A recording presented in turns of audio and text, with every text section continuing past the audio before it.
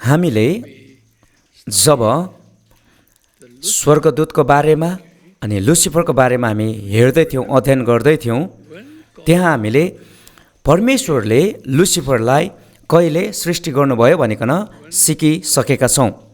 परमेश्वरले लुसिफरलाई कहिले सृष्टि गर्नुभयो भनिकन हामीलाई थाहा छ कि उत्पत्तिको पुस्तक 1:1 हामीले लुसिफरको सृष्टि भएको कुरा, स्वर्गदूतहरूको सृष्टि भएको कुरा हामी पाउँदछौँ। बाइबलले हामीलाई सिकाउँदछ कि परमेश्वरले लुसिफरलाई सृष्टि गर्नुभयो भनिकन। अनि आज हामी बाइबलले हामीलाई सिकाएको कुरा कि लुसिफरको पतन भयो भन्ने कुरा बाइबलले सिकाउँछ अनि त्यो कुरा हामी सिक्नेछौँ। यो पनि अर्को महत्त्वपूर्ण विषय हो।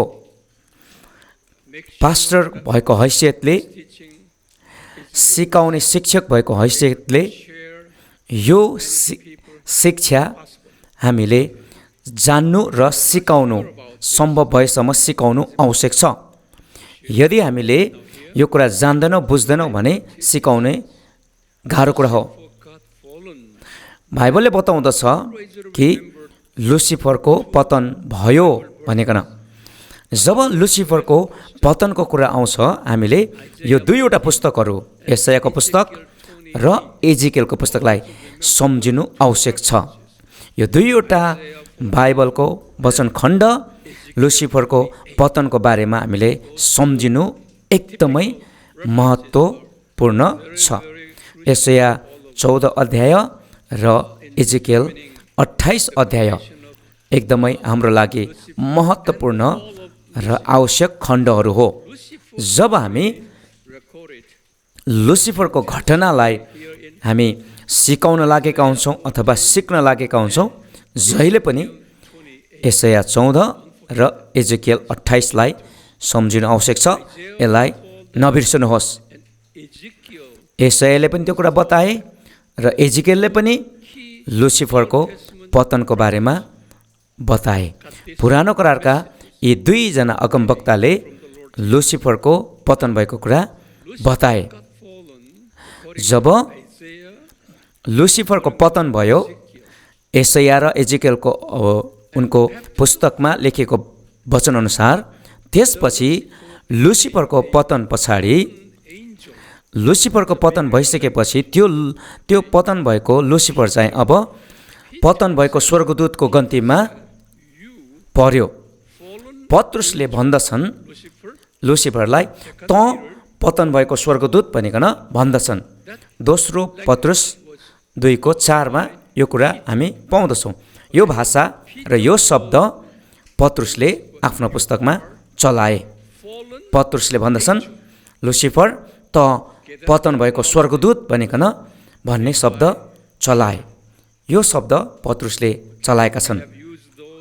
हामीले यो शब्दहरू प्रयोग गर्दै गर्दाखेरि, हामीले सिकाउँदै गर्दाखेरि, हामीले कसले यो शब्द चलायो, यो शब्द कसले चलायो भनिकन हामीले जान्नु र सिकाउनु आवश्यक छ।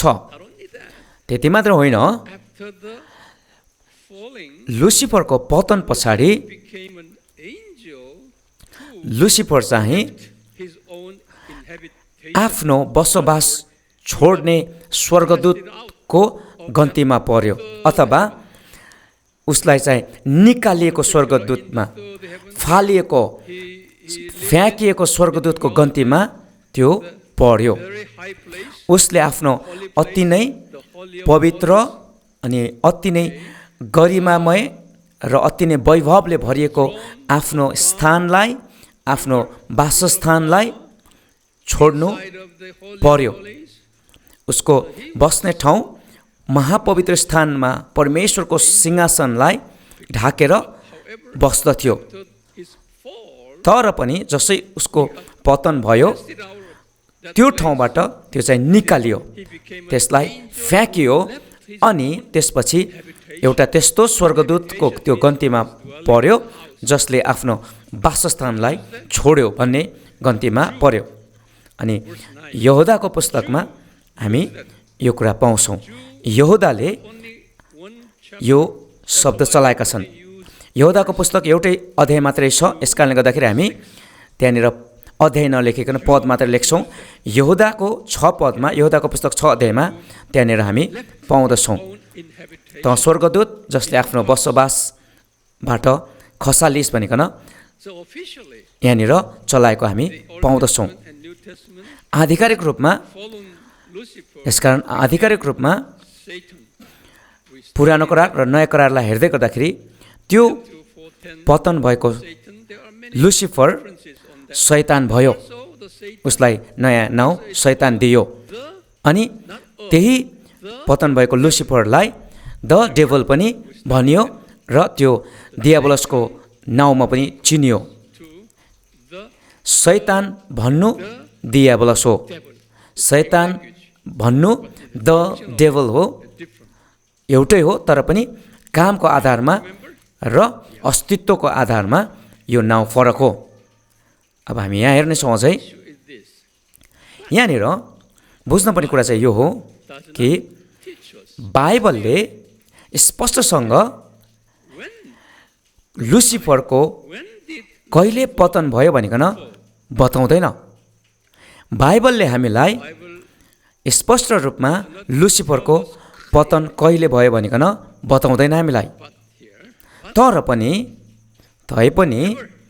तापनि हामी एउटा अनुमान गर्न सक्छौँ, हामीले यो कुरा चाहिँ अनुमान लगाउन सक्छौँ कि कहिले लुसिफरको पतन भयो भनिकन।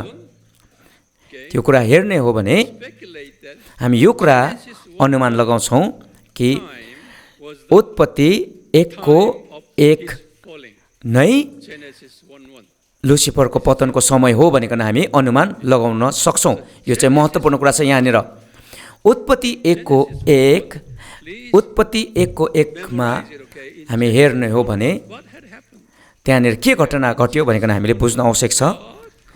उत्पत्ति 1:1 लाई हामीले कण्ठस्थ पार्नु पनि आवश्यक छ। उत्पत्ति 1:1 ले भन्दछ, परमप्रभुले स्वर्गहरू सृष्टि गर्नुभयो भनिकन भन्दछ। स्वर्गहरू भन्नाले पहिलो स्वर्ग र दोस्रो स्वर्ग भन्ने बुझाउँछ, हामीले यो थाहा छ। उत्पत्ति 1:1 मा परमेश्वरले स्वर्गहरू बनाउनु भयो। त्यति मात्रै होइन, उत्पत्ति 1:1 मै परमप्रभु परमेश्वरले यो पृथ्वी पनि बनाउनु भयो, यो पृथ्वी जहाँ चाहिँ हामी बस्दछौँ। अनि यो पृथ्वीको भित्र त्यहाँनिर नरक पनि छ। तपाईँ याद गर्नुहुन्छ, त्यो कुरा हामीले सिकिसकेका छौँ। अनि यही नरकलाई चिहान पनि भनिन्छ, यसलाई पाताल पनि भनिन्छ, अनि त्यसै गरिकन यसलाई अतल कुण्ड पनि भनिन्छ। नरक, पृथ्वीको भित्र गहिराइमा नरक छ, जसको नाउँ चाहिँ चिहान, पाताल र अतल कुण्ड पनि त्यसलाई भनिन्छ। अतल कुण्ड तलको गहिरो अथवा अतल कुण्ड भनिकन भनिन्छ। नरकलाई थुप्रै नाउँले व्याख्या गरेको छ, बताएको छ। उत्पत्ति 1:1 मा 3वटा कुरा चाहिँ परमेश्वरले सृष्टि गर्नुभयो। पहिलो भाग चाहिँ स्वर्गहरू सृष्टि गर्नुभयो, बुझ्दै हुनुहुन्छ। अनि दोस्रो भाग चाहिँ पृथ्वी बनाउनु भयो, परमेश्वरले पृथ्वी बनाउनु भयो। अनि पृथ्वीको भित्र त्यहाँ नरक पनि छ। परमेश्वरले यी सबै सृष्टिको कुरा चाहिँ उत्पत्ति 1:1 पदमै गर्नुभयो, सृष्टि गर्नुभयो। त्यसो हो भने म यहाँनिर तपाईँहरूलाई सिकाउन खोजेको कुरा चाहिँ यति मात्र होइन कि अझै परमेश्वरले अझै अरू पनि कुरा सृष्टि गर्नुभयो। स्वर्गदूतहरू पनि बनाउनु भयो। परमेश्वरले स्वर्गदूतहरू पनि बनाउनु भयो। अनि यो कुरा हामी कसरी थाहा पाउँछौँ? परमेश्वरले उत्पत्ति 1:1 मा यो कुरा बनाउनु भयो भनिकन यहाँनिर महत्त्वपूर्ण बाइबल पद हामी हेर्नेछौँ। हामीले यो कुरा अगाडि नै अध्ययन गरिसकेका छौँ। उत्पत्ति 2:1ले यो कुरा बताउँदछ। उत्पत्ति 2:1ले भन्छ परमप्रभु परमेश्वरले स्वर्गीय सेनाहरू पनि बनाउनु भयो भनिकन बताउँदछ। अयुब 38:1देखि 7मा पनि हामी त्यो कुरा पाउँछौँ। येशूले यो खण्डमा शैतानसँग यसरी बात गर्नुहुन्छ।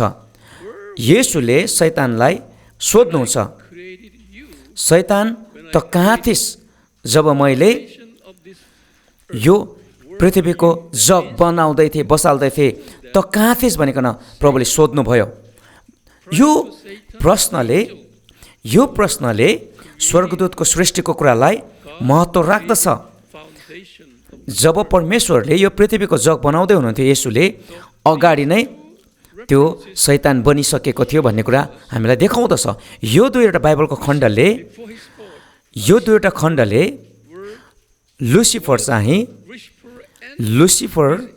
र सबै स्वर्गदूतहरू उत्पत्ति 1:1 सृष्टि गरिए, बनिए भनिकन हामीलाई त्यो कुरा दिँदछ, जनाउँदछ।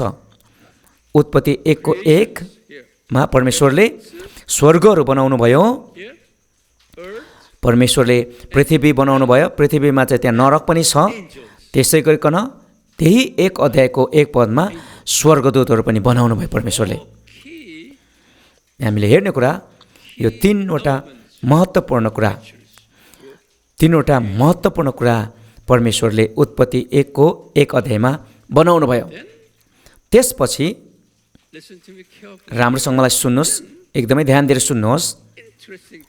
अनि अर्को चाखलाग्दो कुरा चाहिँ के हो भन्दा उत्पत्ति 1:2 चाहिँ अति नै चाखलाग्दो कुरा छ। त्यहाँ उत्पत्ति 1:2 हामीलाई के कुरा सिकाउँदछ। यहाँनिर हामीले हेऱ्यो भने पृथ्वी चाहिँ आकार बिनाको शून्य थियो भनिकन बताउँदछ। यो पृथ्वी चाहिँ आकार बिनाको थियो, शून्य थियो भनिकन उत्पत्ति 1:2 बताउँदछ। अनि त्यहाँ चाहिँ अन्धकार थियो भनिकन वचनले बताउँदछ। पृथ्वी आकार बिनाको र शून्य थियो, अथाह समुद्रमाथि अन्धकार थियो र परमेश्वरका आत्मा तिनीमाथि परिभ्रमण गर्दै हुनुहुन्थ्यो भनिकन यो 2 बताउँदछ। परमेश्वरका आत्मा पानीमाथि परिभ्रमण गर्दै हुनुहुन्थ्यो। यहाँनिर समुद्र मात्रै होइन कि त्यो त्यहाँनिर बाफ पनि थियो। अनि यो 2 हामीलाई व्याख्या गर्दछ, बताउँदछ, एकदमै स्पष्टसँग यो बताउँदछ कि 1:1देखि 1:2 यो 2 चाहिँ पुरा फरक कुरा हो। अनि यो 2वटा पदको बिचमा अति नै नराम्रो घटना घट्यो भनिकन हामी अनुमान लगाउन सक्छौँ। 1 पदमा अति नै शान्तमय कुराहरू, सृष्टिको कुराहरू भएको छ, तर 2 आउँदै गर्दाखेरि अन्धकारको कुरा हामी पाउँदछौँ। यहाँनिर एकदमै अन्धकार भएको, आकार बिग्रेको, भत्किएको कुरा हामी पाउँदछौँ। अनि यो 2वटा पदलाई, 1 पदलाई र 2 पदलाई हामीले सँगै ल्याउँदै गर्दाखेरि एकदमै फरक कुरा चाहिँ हामी पाउँदछौँ। यस कारणले गर्दा म यहाँनिर यसो भन्दछु, म फेरि यसलाई दोहोऱ्याउनेछु। 1 पदमा स्वर्गदूतहरूको सृष्टि भयो। अनि 2 पदले हामीलाई देखाउँछ कि स्वर्गदूतको पतन भयो। पहिले नै त्यहाँनिर 2 आउँदै गर्दाखेरि स्वर्गदूतको पतन भइसकेको कुरा हामी थाहा पाउँछौँ। स्वर्गदूतको पतनको परिणाम चाहिँ खासमा 2 देखाइएको छ। तपाईँ मसँग हुनुहुन्छ, बुझ्दै हुनुहुन्छ? यसकारण अब हामी यहाँनिर लुसिफरको पतन कहिले भयो होला त, त्यो लुसिफरको पतन कहिले, त्यो घटना कहिले घट्यो होला त भन्ने कुरामा हामी यहाँनिर हेर्ने हो भने उत्पत्ति 1:1 स्वर्गदूतहरूको सृष्टि भयो। त्यस पछाडि दुई पदमा पुग्नुभन्दा अगाडि र एक पदको बिचमा कुनै ठाउँमा त्यो एक पद र दुई पदमा त्यो बिचमा स्वर्गदूतको पतन भएको हुनुपर्छ। किन भन्दाखेरि यो एक पददेखि दुई पदको बिचको समय चाहिँ धेरै अन्तर छ। अनि त्यो भएको कारणले गर्दाखेरि स्वर्गदूतको अथवा लुसिफरको पतन त्यो यो दुईवटा पदको बिचमा कुनै ठाउँमा भएको कारणले गर्दा त्यो पतन भएको लुसिफरको कारणले गर्दाखेरि दुई पदमा जाँदै गर्दाखेरि पृथ्वी आकार बिनाको र शून्य थियो भनिकन बताइएको छ। यस कारणले गर्दा यो दुईवटा पदको बिचको समयलाई कति बाइबल शास्त्रीहरूले, ईश्वर शास्त्रीहरूले, बाइबलविदहरूले यसलाई ग्याप थ्योरी भन्ने गर्दछन्। भन्नुको अर्थ यो बिचमा धेरै लामो समयको फरक छ, अन्तर छ भनिकन भन्ने हुँदछ। कति वर्षको यहाँनिर अन्तर थियो भनिकन हामी गन्न सक्दैनौँ। पद 1 र पद 2 मा ठुलो समयको अन्तर थियो भनिकन यस्तो खालको एउटा सिद्धान्त पनि छ, जसलाई ग्याप थ्योरी समयको अन्तरको सिद्धान्त भनिकन हामी बुझ्दछौँ, पाउँदछौँ। अनि कति विश्वासीहरूले र ईश्वर शास्त्रीहरूले यो ग्याप थ्योरीलाई विश्वास गर्दैनन्, तर म चाहिँ व्यक्तिगत रूपमा त्यो ग्याप थ्योरीलाई म मान्दछु। अनि यो एक पद र दुई पदको बिचमा ठुलो समयको अन्तर थियो र त्यही समयको अन्तरको बिचमा कुनै ठाउँमा लुसिफरको पतन भएको हुनुपर्छ। प्रश्न हाम्रो यहाँ यस्तो थियो कि लुसिफरको पतन कहिले भयो भनिकन हामीले जसै सिक्यौँ, यो सिकेकोबाट हामीले आफ्नो मानिसहरूलाई बताउनु आवश्यक छ। ग्याप थ्योरी थियो अनि ग्याप थ्योरीबाट यस्तो भयो भनिकन उस्तो भयो भनिकन हामीले विस्तृत रूपमा नबुझाइकन त्यसरी त्यत्तिकै हामीले भन्नु हुँदैन। त्यो गर्दै गर्दाखेरि नबुझ्न सक्छन्। तपाईँहरूको शिक्षामा, सिकाइमा परमेश्वरले आशिष गर्नुभएको होस्। आमेन, आमेन।